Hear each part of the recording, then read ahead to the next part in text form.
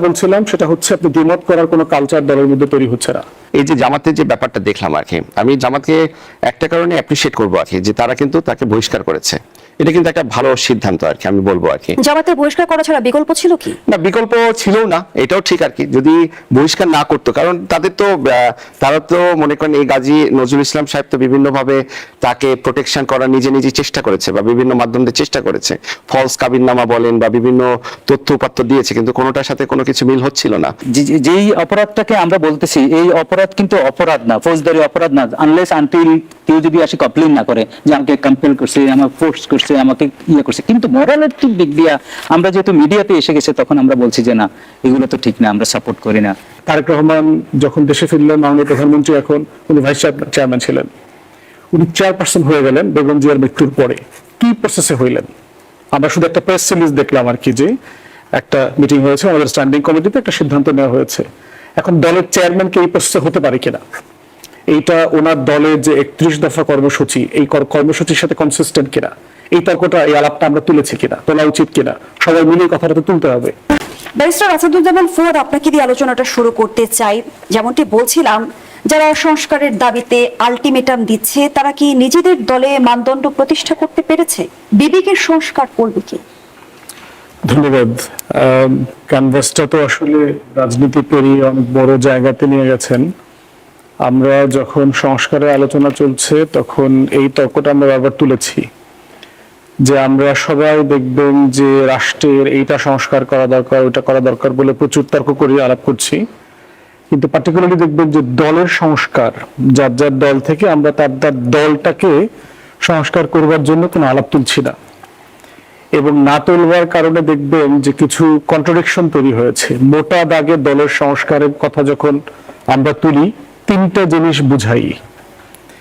একটা হচ্ছে যে আপনার দলের ভিতরে গণতন্ত্রের চর্চা। এখন ট্র্যাজেডি হচ্ছে, দেখেন যে আমরা রাজনৈতিক দলগুলো, বড় দলগুলো মোটা দাগে, অথবা এখন যদি সরকারি দল বলেন, অথবা যদি পতিত আওয়ামী লীগ বলেন, যারা নিজেরা গণতন্ত্রের জন্য লড়াই করছে বলে সবসময় দাবি করে, স্বৈরাচার বিরোধী আন্দোলন করেছে, গণতন্ত্র কায়েম করবে, কিন্তু সে দেখবে তার নিজের দলে সে গণতন্ত্র চর্চা করছে না। এবং না করবার কারণে যেটা হয়েছে, সে যখন রাষ্ট্র ক্ষমতা পায়, সে গণতন্ত্র চর্চা করতে আর সে পারে না। সে আসলে স্বৈরশাসন, একদলীয় টেন্ডেন্সি, ফ্যাসিবাদ, এইসব দিকে চলে যায়। এবং বড় দলগুলো পার্টিকুলারলি এখান থেকে মুক্ত না, একেবারেই মুক্ত না, সরকারি দল সহ বলছি। এবং দেখবেন যে তারেক রহমান যখন দেশে ফিরলেন, মাননীয় প্রধানমন্ত্রী, এখন উনি ভাইস চেয়ারম্যান ছিলেন, উনি চেয়ারপারসন হয়ে গেলেন বেগম জিয়ার মৃত্যুর পরে। কি প্রসেসে হইলেন? আমরা শুধু একটা প্রেস রিলিজ দেখলাম আর কি, যে একটা মিটিং হয়েছে আমাদের স্ট্যান্ডিং কমিটিতে, একটা সিদ্ধান্ত নেওয়া হয়েছে। এখন দলের চেয়ারম্যানকে এই প্রসেসে হতে পারে কিনা, এইটা ওনার দলের যে 31 দফা কর্মসূচি, এই কর্মসূচির সাথে কনসিস্টেন্ট কিনা, এই তর্কটা, এই আলাপটা আমরা তুলেছি কিনা, তোলা উচিত কিনা, সবাই মিলে কথাটা তো তুলতে হবে।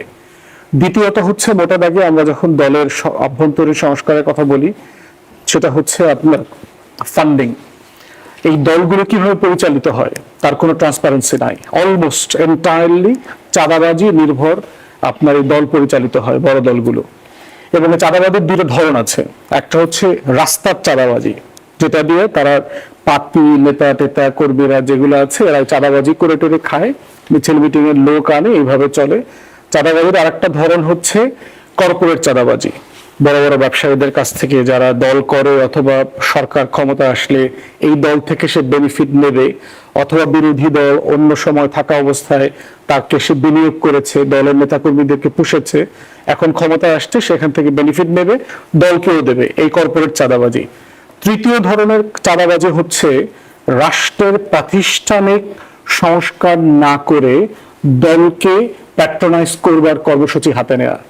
আপনি দেখবেন কিছু ব্যবসা আছে বাংলাদেশে কিছু সেবা আছে, যেগুলোতে কোনো দলই গত 5 দশকে এগুলোকে প্রফেশনালি ডিল করবার চেষ্টা করা হয়নি। তার ভিতরে সবচেয়ে বড় ভিজিবল, প্রতিদিন দেখি, সেটা হচ্ছে ময়লার ব্যবসা। দেখবেন ময়লাটা কিভাবে, ওয়েস্ট ম্যানেজমেন্ট বলতে কোনো জিনিস কোনো সরকার সোনার বাংলায় করে না, কারণ এটা একটা হিউজ বিজনেস।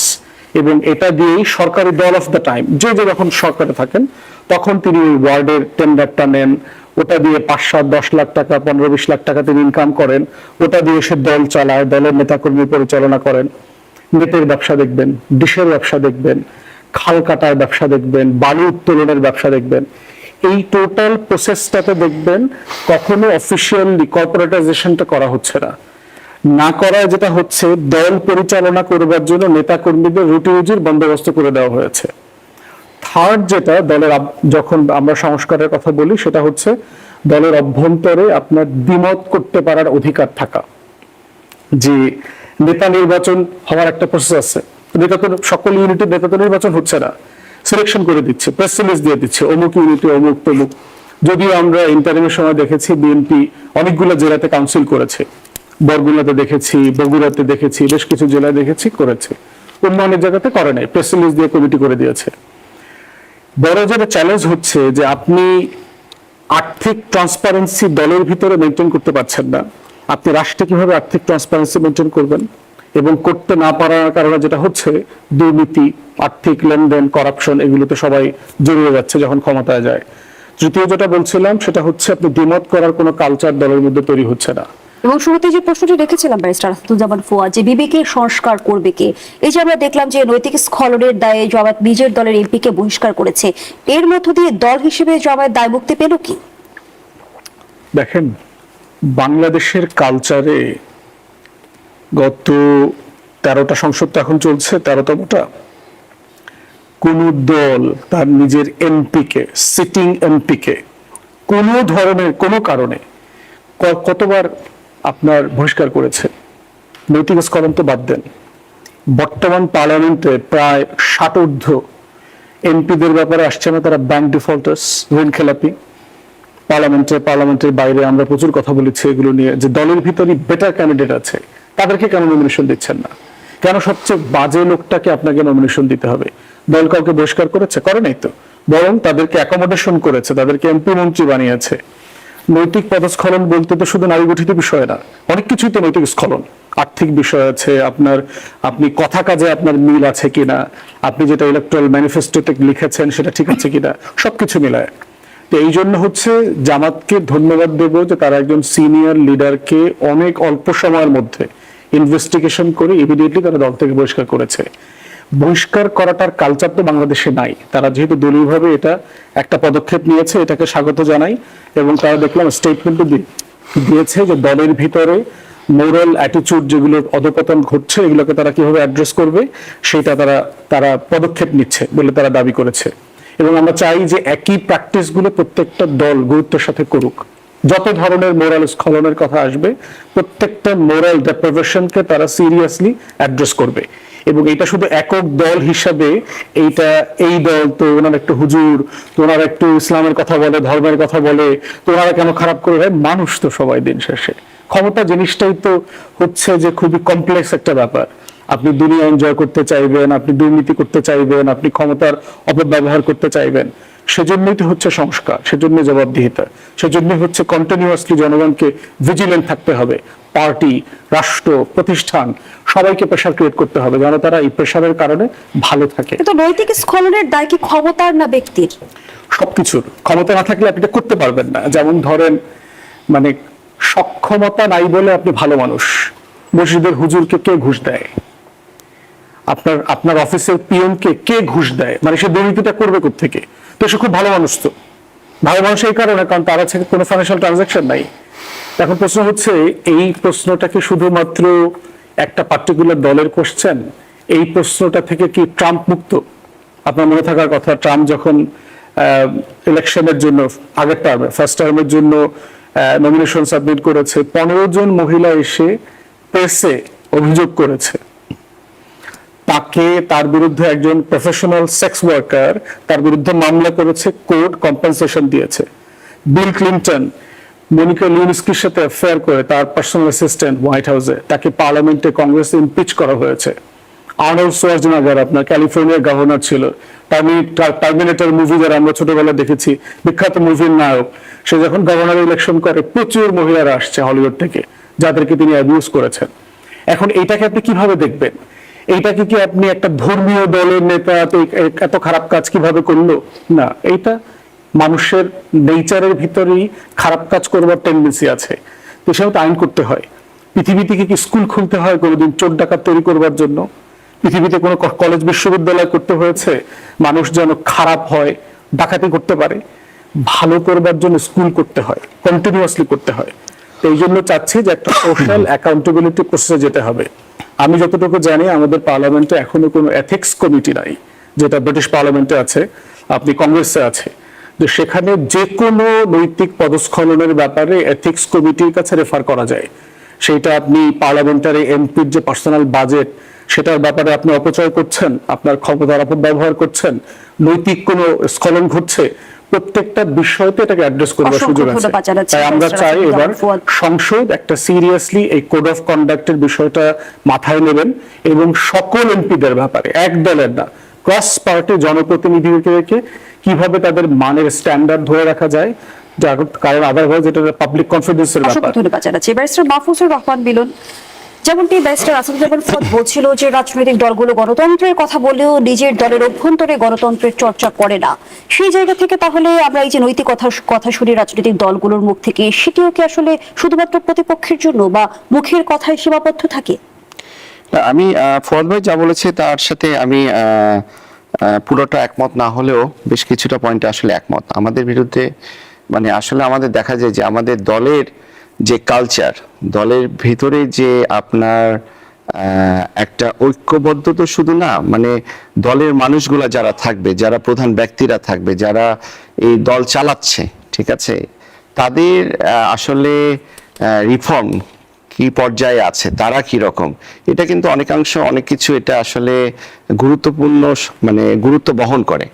দেখেন এখানে আসলে আমরা যেটা দেখি যে আসলে দলের ভিতরে যে কালচারটা, সেটা বাংলাদেশের যে পলিটিক্যাল সিচুয়েশন, এই পলিটিক্যাল সিচুয়েশন আমরা দেখেছি যে দলের ভিতরে যে মানুষজন আছে তারা ঠিক মতো আছে কিনা, তারা ঠিক মতো কাজ করছে কিনা, তারা মানে তাদের যে ব্যক্তিগত অবস্থান, এটা আসলে ওই আপনি দেখা যায় যে ঠিক মতো আসলে দেখা হয় না। মানে আমাদের এই পলিটিক্যাল সিচুয়েশনগুলো এরকম না আসলে, কিন্তু দেখেন এইগুলো থাকা উচিত। মানে আপনার বিভিন্ন যে উদাহরণ দিলেন আর কি, যে এগুলো আসলে থাকা উচিত, যে আমাদের যে দলের যে মানুষগুলো আছে, আমার বিএনপি বলেন, আপনি জামাত বলেন, অন্যান্য দল বলেন, তাদের যে মানুষগুলো আছে আর কি, তাদের নৈতিকতার যে ব্যাপারগুলো আছে, এগুলো আসলে ব্যক্তিগত হলে তো সেটা আলাদা ব্যাপার আর কি, কিন্তু এখন আসলে দলের যারা টপ লেভেলের মানুষ, তারা তো আসলে ব্যক্তিগতটাও আসলে ব্যক্তিগত এখন থাকে না।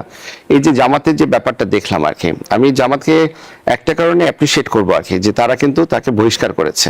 এটা কিন্তু একটা ভালো সিদ্ধান্ত আর কি, আমি বলবো আর কি। জামাতের বহিষ্কার করা ছাড়া বিকল্প ছিল কি? না, বিকল্প ছিল না, এটাও ঠিক আর কি, যদি বহিষ্কার না করতো, কারণ তারা তো মনে করেন এই গাজী নজরুল ইসলাম সাহেব তো বিভিন্নভাবে তাকে প্রোটেকশন করার নিজে চেষ্টা করেছে, বা বিভিন্ন মাধ্যম দিয়ে চেষ্টা করেছে, ফলস কাবিননামা বলেন বা বিভিন্ন তথ্য উপাত্ত দিয়েছে, কিন্তু কোনোটার সাথে কোনো কিছু মিল হচ্ছিল না। পরবর্তীতে তাকে এবং দলও একটা বেকায়দার মতো অবস্থা পড়ে গেছে।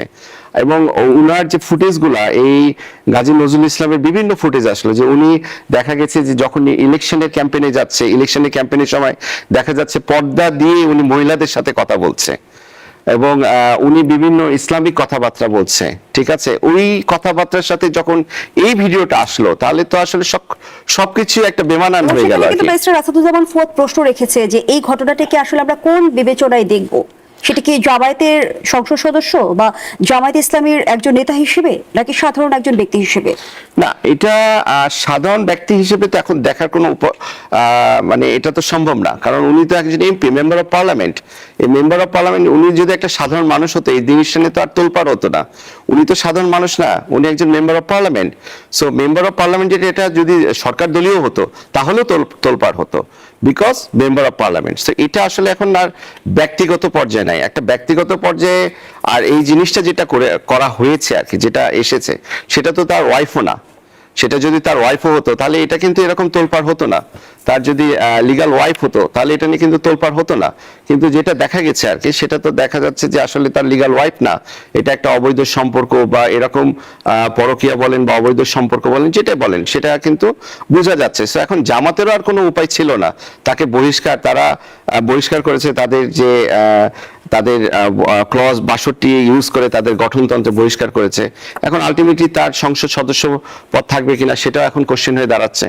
কারণ এখানে তো আমাদের যে সংবিধান আছে, সংবিধানে বলা আছে আর কি, 70-এ বলা আছে যেটা যে যদি সে পদত্যাগ করে আবার অথবা যদি দলের বিরুদ্ধে ভোট দেয়। এখন এখানে কিন্তু একটু টেকনিক্যাল ডিফিকাল্টিজ আছে, একটু আছে, কারণ সে পদত্যাগ করেনি কিন্তু পদটাই তো নাই, তাকে তো বহিষ্কার করে দিয়েছে, তাই না? আবার 66-তেও বলা আছে, সংবিধানের 66-তেও বলা আছে 4টা কারণে একজন মেম্বার অফ পার্লামেন্ট সে দায়িত্বে আর থাকতে পারবে না, যদি সে মেন্টালি অপ্রকৃতস্থ হয়, অথবা দেউলিয়া ঘোষিত হয়, অথবা তার যদি 2 বছরের অধিক সাজা হয়, অথবা সে যদি অন্য রাষ্ট্রের নাগরিকত্ব নেয়। এগুলোর মধ্যে আসলে পড়ছে না। আসলে আলটিমেটলি দেখা যাবে, আমার যেটা ধারণা আর কি, মানে এই ধরনের সিচুয়েশনেও কিন্তু বাংলাদেশ যে খুব বেশি গেছে তা না। মানে এরকম একটা এমপির এরকম কোনো কিছু আগে তো আসলে এত এই ফেসবুক এত কিছু ছিল না। সো এখন এই যে সিচুয়েশনগুলো অ্যারাইজ করেছে এটা কমপ্লিটলি নিউ সিচুয়েশন। তবে আমার মানে ব্যক্তিগত যেটা মনে হয় হয়তোবা তার এই সংসদ সদস্য পদ থাকবে না। তবে আলটিমেটলি এটা স্পিকার সাহেব আছে, নির্বাচন কমিশন আছে, পার্লামেন্ট আছে, এগুলো তো ওখানেই আসবে। ধন্যবাদ জানাচ্ছি ব্যারিস্টার মাহফুজুর রহমান বিরন। ব্যারিস্টার ওমর ফারুক, আত্মশুদ্ধি ছাড়া সুশাসনের পথ নিশ্চিত হয় কি? অবশ্যই আপনি নিজের থেকেই শুরু করতে হবে। যেমন একটা ছোটবেলায় পড়ছি, চ্যারিটি ঘর থেকে শুরু করতে হয়, ভালো কাজও ঘর থেকে শুরু করতে হয়। আত্মশুদ্ধি মানে আমার নিজস্ব সমালোচনা করব, ভালো কাজে আমি আত্মনিয়োগ করব। এটি তো একদম নিজের থেকে শুরু না করলে আপনি করারও তো সুযোগ নেই। তো আজকে যে জিনিস আমরা আলোচনায় আনলাম, আমি কিন্তু অন্যভাবে দেখি। দেখেন, সেন্সেশনটা কেন তৈরি হয়েছে? এটা মিয়া কালা মিয়া ধলা মিয়ার সাথে যদি হয়তো করতো, এগুলো কিচ্ছু যেত আসতো না। মানুষ এটা প্লেজেন্ট ভিডিও হিসেবে মানুষ দেখতো। যেহেতু জামাতে ইসলাম অর্থাৎ ওনাদের কাছ থেকে মানুষ অনেক বেশি প্রত্যাশা করে যে শুদ্ধ থাকবে ওনারা, পরিচ্ছন্ন থাকবে, ভালো থাকবে। ইভেন সবচেয়ে খারাপ লোকটাও মনে করে যে না ঠিক আছে, এরা যেহেতু আমি বিয়ার্ড ম্যান, আমাকে এই বিয়ার্ডের কারণে অনেক সময় বলে যে না যেহেতু আপনি বিয়ার্ড, ধর্মীয় অনুশাসনের কথা তারা বারবার বলে। বলছি প্রত্যাশা তো এই কারণে, এই প্রত্যাশার কারণে যে হাইপটা উঠেছে, আমি স্যালিউট জানাই যে মানুষ খুব শুদ্ধ হয়ে গেছে। যেভাবে আলোচনা হচ্ছে, আমি আরো খুশি হতাম যদি সমাজে 5-10 জন অলিগার্ক যারা সবচেয়ে বড় লুণ্ঠনকারী, অর্থ পাচারকারী, ওদের ব্যাপারে যদি কথা উঠতো, আমি আরো খুশি হতাম। এটার সাথে সাথে যদি বলা হতো যে আমার দেশের অর্থনীতিকে রেট করে যারা পার্লামেন্টে আছে, অথবা দেশের বাইরে আছে, অথবা দেশের ভিতরে আছে, এই একজন র্যাপিস্টের সাথে ওদের কত আমরা বহিষ্কার করলাম। কথার কথা, আমি এটা হচ্ছে আমার কথা। আজকে আমরা এই আলোচনা কেউ আনি না যে দেখেন তার অপরাধটা অপরাধ, কিন্তু আমার পার্সোনাল লাইফ, প্রাইভেট লাইফ, এটি যে মারাত্মক একটা থ্রেটের ভিতরে আছে, এটা ভয়াবহ। ফলোইং মর্নিংয়ে যে কোনো একটা লোকের সাথে হয়তো তার আত্মীয় রিলেটিভস একটা ছবি দিয়ে বলবে যে তার সব শেষ, গেল। আমি ওইদিকে যাচ্ছি না, ওইদিকে গেলে মানুষ মনে করবে যে বাবা আমি এটা সাপোর্ট করি। বাংলাদেশে আমরা ভালো জনপ্রতিনিধি পাই না 54 বছরে। এইটার আলোচনা বহুত হয়েছে, এক্সাম্পলও বহু আছে। আমাদের সামনে এই মুরাদ সাহেব নামক একজন এমপি, কি ভয়াবহ একটা কনভারসেশন আমরা শুনেছি, কিন্তু ওনার কিছু হয়নি। তো সেদিক থেকে আজকে আমার সহ আলোচক যে আলোচনা করেছে, আমি একমত পোষণ করি যে ক্রেডিট পাবে জামাত যে তড়িৎ তাকে যে পানিশমেন্টটা দিয়েছে, এবং তারা বলেছে নির্বাচন কমিশন, জাতীয় সংসদে তারা এই বিষয়টা রেফার করবে। আর 70 অনুসারে 70 একটা ব্যাখ্যা আমি এইভাবেই দিয়েছি, আরো 4টা টেলিভিশনে আমার ইন্টারভিউ নিয়েছে। বলছে অব্যাহতি দল থেকে নেওয়া, অব্যাহতি না মানে দলে না থাকা। বহিষ্কারটা আমি মনে করি আরেকটু অ্যাডভান্স, হার্শ। বহিষ্কার করলেও সে দলে থাকে না, তার কন্ডিশন হলো যে যেই দল থেকে নির্বাচিত হয়েছে সেই দলকে বিলংস করতে হবে। সে বহিষ্কারের মাধ্যমে পদ চলে গেছে, অব্যাহতির মাধ্যমে চলে গেছে। তো সুতরাং এটা নিয়ে একদম বড় করে আলোচনা আমার মনে হয় করা ঠিক হবে না। ওনার সংসদের সদস্য পদ থাকবে না, আর না থাকাই উচিত। এই কারণে একটা মেসেজ যাওয়া উচিত। বিষয় ভাবনার দরকার রয়েছে কিনা যে জবাই যে নৈতিকতার কথা বলে, যে সুশাসন প্রতিষ্ঠার কথা বলে, সেটি তার নিজ দলের নেতাকর্মীরা অনুসরণ করছে না। এই মুহূর্তে জামাতের কি করণীয়, প্রশ্নটি রাখছি। দলের কাছে দলকে স্টিগমাটাইজ করা যাবে না এইভাবে। সাথেই থাকুন। আবার আমন্ত্রণ, দেখছেন নিউজ 24 নিয়মিত আয়োজন জনতন্ত্র গণতন্ত্র, নিবেদন করছে RICL স্টিল। আমরা আবারও ফিরছি আলোচনায়। ব্যারিস্টার ওমর ফারুক, যে প্রশ্নটি রেখে বিরতিতে গিয়েছিলাম, গাজী নজরুল ইসলামের এই ঘটনা জামায়াতের জন্য আসলে কি বার্তা? জামায়াত নিজে দলের নৈতিকতার কথা বলছে, বিভিন্ন সময় আইনের শাসনের কথা বলছে, আল্লাহ শাসনের কথা বলছে, কিন্তু তার নিজ দলের নেতাকর্মীরাই সে নৈতিকতা অনুসরণ করছে না। আমি আপনাকে বললাম তো, যেহেতু জামাত ইসলামী, এই কারণে এটাকে আমরা এমন ব্যাপকভাবে নিয়ে গিয়েছি যে মানুষ ইসলাম থাকলেই তো মানুষ প্রত্যাশা বেশি করেন। তাহলে অন্য দলের আপনি কোনো বললেন- নেতাকর্মী এমন ঘটনা ঘটালে সেটার জন্য আলোচনা কম হতো? আমি মনে করি আরো কম হতো, এবং অন্য দলের ঘটনা আছে, অন্য দলের নেতাদের বিরুদ্ধে অনেক এরকম ভিডিও আছে, অডিও আছে, মামলা আছে, মকদ্দমা আছে। এখন বিষয় হলো এটা তো খারাপ না, এই মেসেজটা যাবে যে না, আজকে যে জামাতের এমপির বিরুদ্ধে হয়েছে অন্য দলের এমপির বিরুদ্ধে হলেও এরকম একটা ওয়েব তৈরি হবে। আর জামাত যেহেতু এই জামাতি ইসলামী বিব্রত, জামাতি ইসলামী কিন্তু যে সুখকর অবস্থা আছে তা তো না, তারা কিন্তু এত তড়িৎ সিদ্ধান্ত নিয়ে তারা কিছুটা গেইন করার চেষ্টা করেছে, এবং মেসেজ দেওয়া হয়েছে অন্যান্য অপরাপর রাজনৈতিক দলকে। এটার সাথে একটা মেসেজ গেছে না, যে এই ধরনের ঘটনা আসলে আমার মনে হয় সবাই এরকমই অ্যাক্ট করবে। এক্সাম্পল হয়ে গেছে, যেমন গত 54 বছর আমাদের এক্সাম্পল নেই। আমি মুরাদ সাহেবের কথা বলছি, তার ব্যাপারে কিছুই করা হয় নাই। মানে এত বিভৎস যে কনভারসেশন আমরা আর জীবনে শুনি নাই, মানে আমাদের কাছে আসে না। এই কনভারসেশন হয়েছে বাট আমরা আর শুনি নাই। তো যেটি আপনি বলছেন, হ্যাঁ দলকে স্টিগমাটাইজড করা যাবে যাবে না সেটি বড় কথা। দল দায়িত্ব নিয়েছে, দায়িত্ব নিয়ে তাকে এক্সপেল করেছে, এবং আমি মনে করি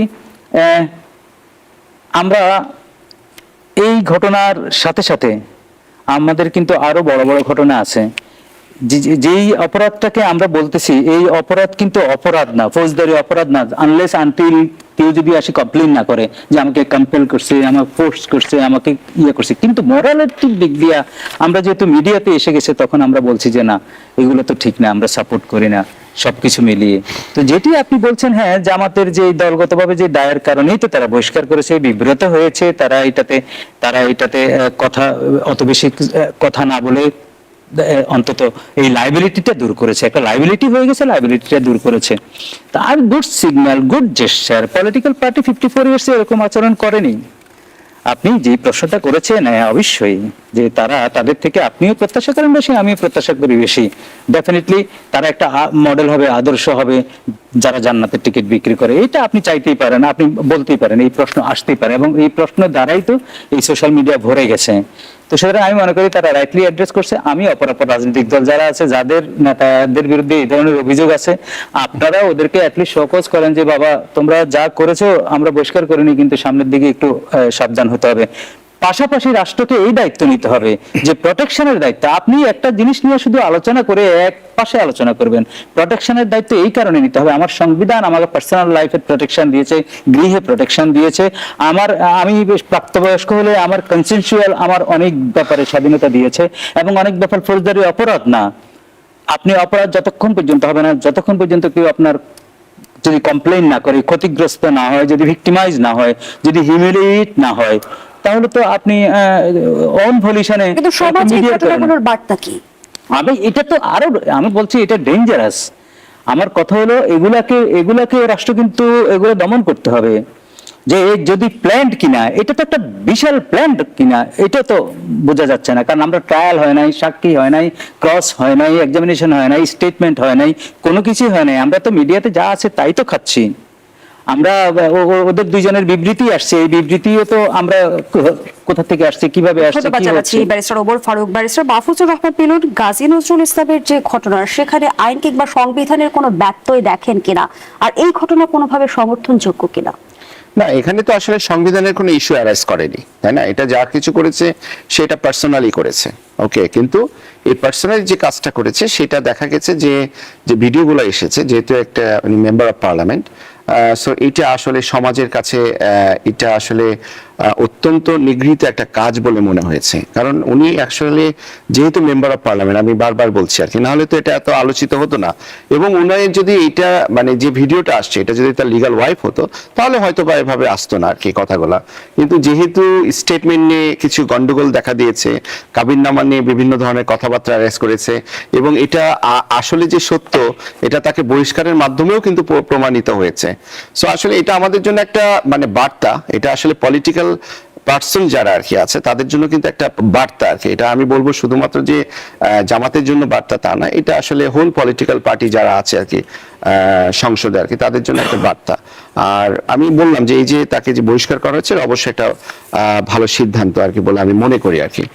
তবে আসলে অন্যান্য দলেও এই যে তাদেরকে যে বহিষ্কার করেছে, আসলে বহিষ্কার একজন মহিলার সাথে একটা ভিডিও পাওয়া গেল তাতে যে বহিষ্কার হবে এটাই শুধু বহিষ্কার করা উচিত তা না। কেউ যদি দলীয়ভাবে সে যদি দলীয় শৃঙ্খলা এমন ভাবে নষ্ট করে, ওকে, চাঁদাবাজি করে, অন্যায় করে, তাকেও বহিষ্কার করা উচিত।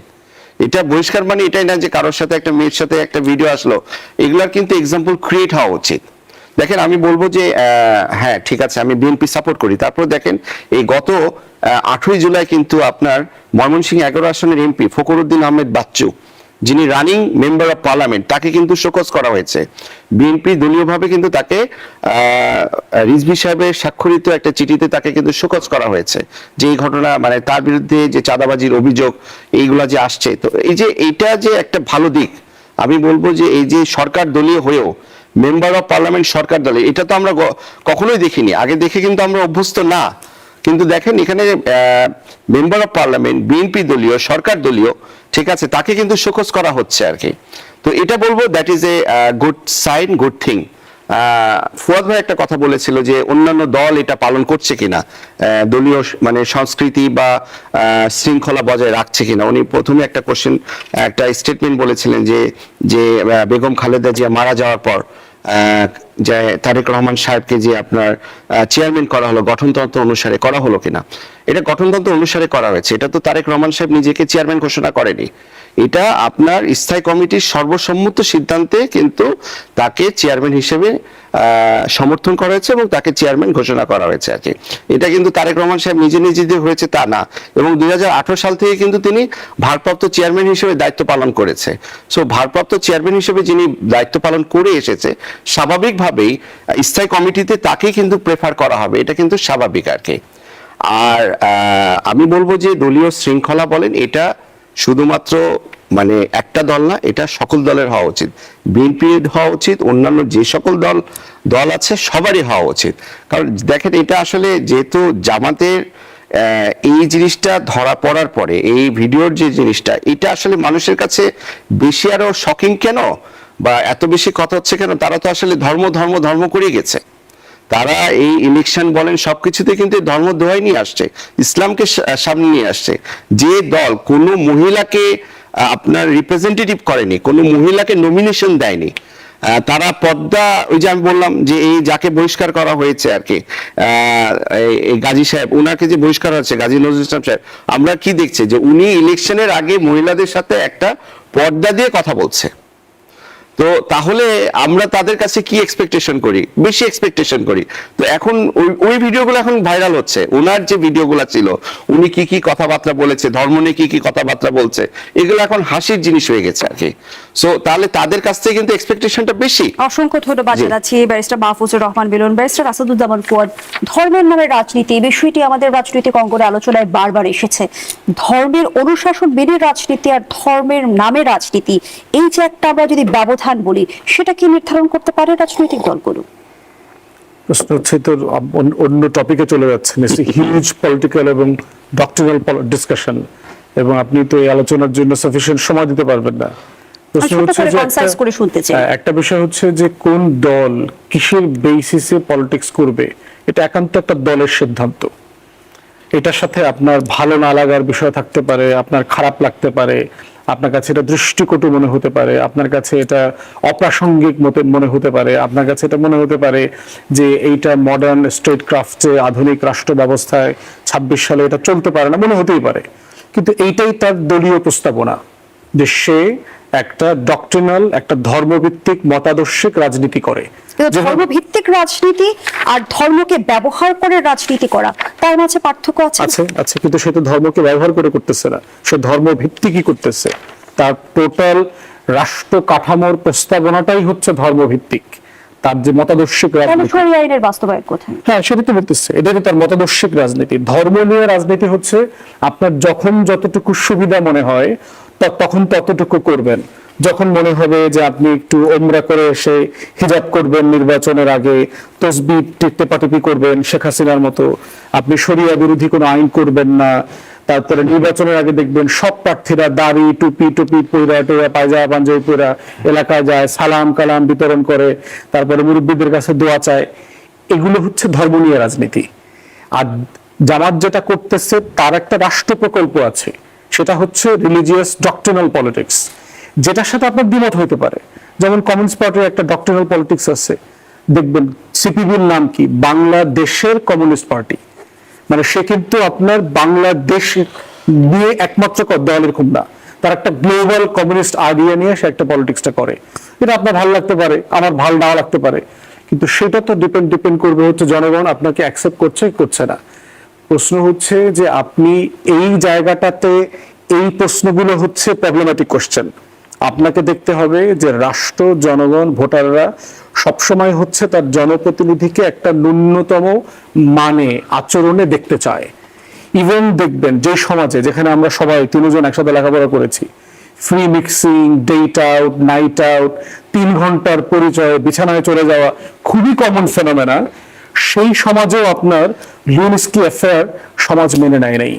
ট্রাম্পের এই চরিত্র সমাজ মেনে নিচ্ছে না, কারণ তারা তাদের নেতাদেরকে বেটার কোয়ালিটি, বেটার পারফর্মিং স্ট্যান্ডার্ডে তারা দেখতে চায়। এইটা হচ্ছে একটা কমন এক্সপেকটেশন। ইউকে পার্লামেন্টে অনেকে কিন্তু বর্তমান সময়ে যে গাজী নজরুল ইসলামের যে ঘটনাটি, সেটা কি বাকি রাজনৈতিক দলগুলোর জন্য একটা শিক্ষা হবে কিনা? শিক্ষা হওয়ার সম্ভাবনা কম, কারণ হচ্ছে যে বিএনপির তো এই ধরনের স্ক্যান্ডাল তো হিউজ।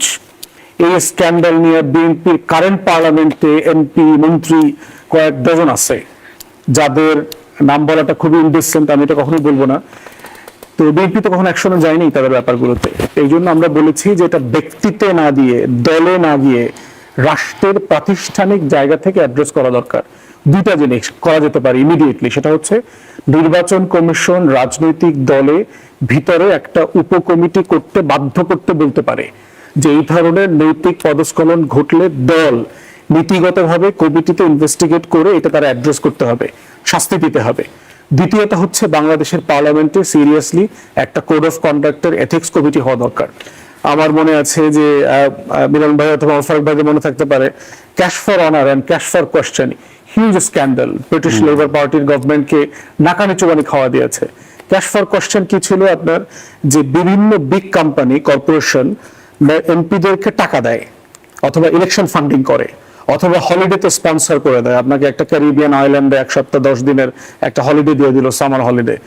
এইটার মাধ্যমে আপনি যেটা করবেন, ওই কোম্পানির স্বার্থ রক্ষা করবে তেমন প্রশ্ন আপনি পার্লামেন্টে রেজ করবেন, সেক্রেটারি অফ স্টেটকে রেজ করবেন, পিএম কে রেজ করবেন। আপনি যদি পিএম কিউতে রেজ করতে পারেন, আপনার টাকার পরিমাণ বেড়ে যাবে। এইটা একটা সময় গিয়ে যেটা হলো স্ক্যান্ডাল আকারে এক্সপোজড হয়। কোন দেশে কোন কালে আমরা দেখেছি নৈতিক স্খলন সমর্থনযোগ্য হয়নি বিগত সময়ে। যে জুলাই সনদ, গণভোট নিয়েও কিন্তু রাজনৈতিক দলগুলোর মাঝে একটা পাল্টাপাল্টি অভিযোগের রাজনীতি চলছে। সংকটের সমাধান আসলে কোন পথে আসবে, রাজপথে না আলোচনার টেবিলে? সেই প্রশ্নটি রাখছি, বিরতি নিয়ে ফিরছি। তো জনতন্ত্র গণতন্ত্রের এই পর্যায়ে আবারও বিরতি নিচ্ছি, সাথে ফিরে এলাম। দেখছেন জনতন্ত্র গণতন্ত্র, নিবেদন করছে আড়াইসিল স্টিল। আমরা আবারও ফিরছি আলোচনায়। ব্যারিস্টার আসাদুজ্জামান ফুয়াদ যে প্রশ্নটি রেখে বিরতিতে গিয়েছিলাম, গণভোট এবং জুলাই সনদ কেন্দ্রিক বিতর্কের এখনো অবসান হচ্ছে না এবং রাজনৈতিক দলগুলোর মাঝে, বিশেষ করে বিরোধী দল এবং সরকারের মাঝে এক ধরনের পাল্টাপাল্টি অভিযোগের রাজনীতিও আমরা দেখছি। সাম্প্রতিক সময় যেমনটি বিরোধী দল বলছে যে গণভোটের রায় না মানলে সরকারকে ব্যর্থ করে দেওয়া হবে, এবং বিরোধী দলীয় চিফ হুইপ নাহিদ ইসলাম আবারও গণঅভ্যুত্থানের হুমকিও দিলেন। তাহলে আসলে এগুলো কি পুরোটাই পলিটিক্যাল রেটরিক, নাকি বড় কোনো সংঘাতের পূর্বাভাস হিসেবে দেখেন? কোনো সংঘাতের সম্ভাবনা দেখতে পাচ্ছি না। আপনার যেটা হচ্ছে যে বাংলাদেশের পলিটিক্যাল ল্যাঙ্গুয়েজটাই হচ্ছে যে মানে শুনতেই একটু ভায়োলেন্ট মনে হয় আর কি।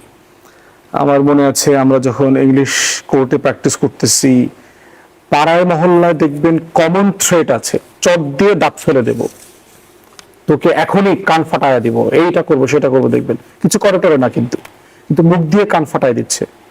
এই কথাগুলোকে যখন আপনি ইংলিশে ট্রান্সলেট করবেন, এটা যখন একটা পশ্চিমের দেশের মানুষ পড়বে একটা ঠান্ডা মাথার সমাজে, তখন সে চিন্তা করবে তো প্রতিদিন হাজার হাজার ফৌজদারি অপরাধ হচ্ছে প্রত্যেকটা মহল্লাতে। বাস্তবে এগুলো হচ্ছে না, কিছুই হয় না, মুখে মুখে এগুলো হয়ে যায়। এই জন্য হচ্ছে যে বিরোধী দল যে কথাগুলো বলছে এটা বাংলাদেশের রাজনৈতিক ভাষার যে কালচার সেখান থেকে বলছে, বাট গ্যাপ তো আছে যে জুলাই সনদ নিয়ে বিএনপির যে পজিশন, যে পজিশনটাকে আমরা মনে করছি যে ঐকমত্য কমিশন থেকে শুরু করে গত অনেকগুলো বছর ফ্যাসিবাদ বিরোধী আন্দোলনে এবং ইন্টারিমের সময় আমরা সবাই মিলে গণ অভ্যুত্থানের পক্ষে শক্তিরা যে বিষয়গুলো সংস্কার করবার জন্য একমত হয়েছিলাম, বিএনপি তার অনেকগুলো গুরুত্বপূর্ণ জায়গা থেকে ব্যাকট্র্যাক করেছে। এবং যেখানে যেখানে সে ব্যাকট্র্যাক করেছে, বিরোধী দলের তো রেসপন্সিবিলিটি জনগণের হয়ে তাকে এটা বারবার মনে করিয়ে দেয়া যে আপনি ফেল করছেন, আপনি ভুল করছেন, আপনি রাইট কাজ করছেন না, আপনি এটা করা উচিত ছিল, সেটা করা দরকার ছিল। দেখেন জুলাই সনদ গণভোটের গণরায়ের বাইরে দেখেন 31 দফা তো বিএনপি নিজের করা জিনিস, ইতিমধ্যে 6-7টি দফা বিএনপি নিজে লঙ্ঘন করেছে গত 5 মাসে, তার করা জিনিস। তবে এখন আমাদের তো এই প্রশ্ন করবার রাইট তৈরি হয়েছে, যে দল তার নিজের প্লেজ টু দ্য নেশন, জাতির কাছে তার যে ওয়াদা ছিল সেই ওয়াদা লঙ্ঘন করছেন, সে আসলে কতটুকু জুলাই সনদ মনে চলবেন, গণভোটের গণরায় মনে নেবেন, এই প্রশ্ন তো আমাদের করতে হবে। মিস্টার মাহফুজুর রহমান মিলন, বিএনপি কি আসলে নিজেদের প্রতিশ্রুতি থেকে সরে এসেছে? অবশ্যই না, আসলে এক একজন এক একভাবে এটা চিন্তা ভাবনা করছে। ফুয়াদ ভাই একভাবে বলবে, ওমর ভাই একভাবে বলবে। দেখেন এখানে কিন্তু বুঝতে হবে যে এখানে সংবিধান আসলে কখনো অতীতে কখনো সংস্কার এই শব্দটা কিন্তু ছিল না আর কি। সংবিধান কিন্তু অনেকাংশ পরিবর্তন করা হয়েছে, সেটাকে সংশোধনী বলা হয়। এবং আমাদের এই সংবিধান 17 বার কিন্তু সংশোধনী হয়েছে, 17 বার। এই যে জুলাই সনদের যে 84টা ক্লজ বলা হচ্ছে আর কি, সেগুলা কি এই সংশোধনীর মাধ্যমে সম্ভব না? অবশ্যই সম্ভব। এবং এই সংশোধনী করার উদ্দেশ্যে কিন্তু গত 29 এপ্রিল আমাদের মাননীয় আইনমন্ত্রী সাহেব কিন্তু একটা 17 সদস্য বিশিষ্ট একটা বিশেষ সংসদীয় কমিটির জন্য একটা প্রস্তাব দিয়েছিল এবং বিরোধী দলকেও বলেছে যে আপনারা আসেন, আপনাদের সদস্য দিন, তারপরে আমরা দেখি কিভাবে এটা সংশোধন করা যায়। যদি এখন সংশোধন হয়, ওগুলাকে যদি ইনসার্ট করা যায়, তাহলে এটা 18তম সংশোধনী হবে। তো এখানে আপত্তি কোথায় সেটাই বোঝা যাচ্ছে না। ওনারা আসলে এই সংস্কার শব্দটার মধ্যে পড়ে আছে। আমরা যদি সংবিধানের 142 ধারা দেখি, তাহলে সংবিধান শুধুমাত্র সংযোজন, পরিবর্তন, প্রতিস্থাপন এবং রহিত, এই 4টা জিনিস করা যায়, এই 4টা শব্দ। এখানে উনারা পড়ে আছে কি ওই সংবিধান সংস্কার পরিষদ, সংস্কার এই সংশোধনীর মাধ্যমেই তো এই সংস্কারটা হয়ে যেতে পারে, কিন্তু উনারা কিন্তু এটা মানতে পারছে না বা মানতে চাচ্ছে না। দেখেন এখানে এই বিএনপি কিন্তু 1979 সালে এই বিএনপি কিন্তু 5ম সংশোধনীতে কিন্তু বিসমিল্লাহির রহমানির রহিম সংযোজন করেছিল। 5ম সংশোধনীতে এই বিএনপি কিন্তু আল্লাহর উপর পূর্ণ আস্থা এবং বিশ্বাস এটা কিন্তু করেছিল। এই বিএনপি কিন্তু ধর্মভিত্তিক রাজনীতির উপর যে নিষেধাজ্ঞা ছিল সেটা কিন্তু দূর করেছিল। এই সংশোধনী দিয়ে কিন্তু সবকিছু সম্ভব, কিন্তু ওনারা এগিয়ে আসতে চাচ্ছে না। ধন্যবাদ জানাচ্ছি। ব্যারিস্টার ওমর ফারুক, আন্তরিকতার ঘাটতি কার মাঝে, সরকার না বিরোধী দলের? কোন পথে আসলে সমাধান, রাজপথ না সংলাপ? দেখেন জুলাই যখন আসে তখন চোখের সামনে বিভৎসতা ভাসে। হিরোদের কথা ভাবি যে অকাতরে জীবন দেওয়া, আমি ওদেরকেই স্মরণ করি এই বন্দোবস্তে। আমি মনে করি জুলাই সনদ নিয়ে যে টানা হেঁচড়া, এটা বাজে রাজনীতির ইঙ্গিত। দেখেন 12-13 মাস আমি রিপিট করি, আপনার এখানে বলেছি যে আমাদের ট্যাক্সের টাকায় আমোদ করে ইভেন একদম নাম সর্বস্ব রাজনৈতিক দলের নেতা সেও গিয়ে ওখানে কথা বলেছে, সবার সম্মতিতে স্বাক্ষরিত হয়েছে। দক্ষিণ প্লাজা জাতীয় সংসদের ওই চিত্রটি বৃষ্টির ভিতর ছাতা ধরেছে, যে লোকটি নিজের একটা ছাতা ক্যারি করার সক্ষমতা নাই তারও ছাতা ধরে রেখেছে, সিগনেচার করে হেসেছে। সেখান থেকে বেরিয়ে আসা মানে বাজে বন্দোবস্ত রাজনীতি। কিন্তু সেখানে বিএনপি তো বারবার বলছে তারা স্বাক্ষরিত জুলাই সনদ অক্ষরে অক্ষরে পালন করবে। আর সূচনা করুক না, আমার কথা হলো 31 দফা মানেই তো জুলাই সনদ, এটা সূচনা করতে আমি বলি এটা রাখা হয়েছে কেন জানেন? একটা সরকার যখন ব্যাকফুটে যায়, বেকায়দায় পড়ে নানাবিধ কারণে, একটা গডের কারণে হইতে পারে, হঠাৎ করে পলিটিক্যাল ক্রাইসিসের কারণে হইতে পারে, আন্তর্জাতিক ক্রাইসিসের কারণে হইতে পারে। আমি মনে করি এই বলটা শুধু রেখেছে কোনো ক্রাইসিস আসলেই এই একটা জিনিস দিয়ে একটা বন্দোবস্তে আলোচনায় চলে যাবে। যত সময় নষ্ট করেছি এটার আলোচনা করতে গিয়ে পাবলিকের কোনো কিছু আমরা অ্যাড্রেস করতে পারিনি। পাবলিক ডিমান্ড, পাবলিক ক্রাইসিস, নিরাপত্তা, এই যে সুশাসন নিয়ে, তারপরে আমাদের যে এই প্রতিষ্ঠানগুলো আছে সাংবিধানিক, ওগুলা ঘটন নিয়ে কোনো আলোচনা নাই, কোনো বন্দোবস্ত নাই। ব্যারিস্টার আসাদুজ্জামান ফুয়াদ, 2-4 লাইনে আপনার প্রশ্নের উত্তর নিতে চাই, সেটি হচ্ছে স্বাক্ষরিত জুলাই সনদ আর গণভোটের প্রশ্ন কি সাংঘর্ষিক কিনা? না, সাংঘর্ষিক না। কারণ হচ্ছে গণভোটের প্রশ্ন তৈরি করবার ক্ষেত্রে বিএনপির সম্মতি এবং মতামত দুটোই নেওয়া হয়েছে। সালাউদ্দিন ভাই, আমি যেহেতু ওই কমিশনের সদস্য ছিলাম, পার্টিসিপেট করেছি, সালাউদ্দিন ভাইয়ের পরামর্শে মাননীয় স্বরাষ্ট্রমন্ত্রী ওনার পরামর্শেই গণভোটের সিদ্ধান্ত নেওয়া হয়েছে যে জুলাই সনদটাকে আমরা জনগণের মতামতের কিভাবে মুখোমুখি করব। এই প্রশ্নগুলো উনি 25 প্রপোজাল দিয়েছে প্রথমে। উনি প্রস্তাব দিয়েছে এবং আমরা সবাই এটার সাথে একমত হয়েছি।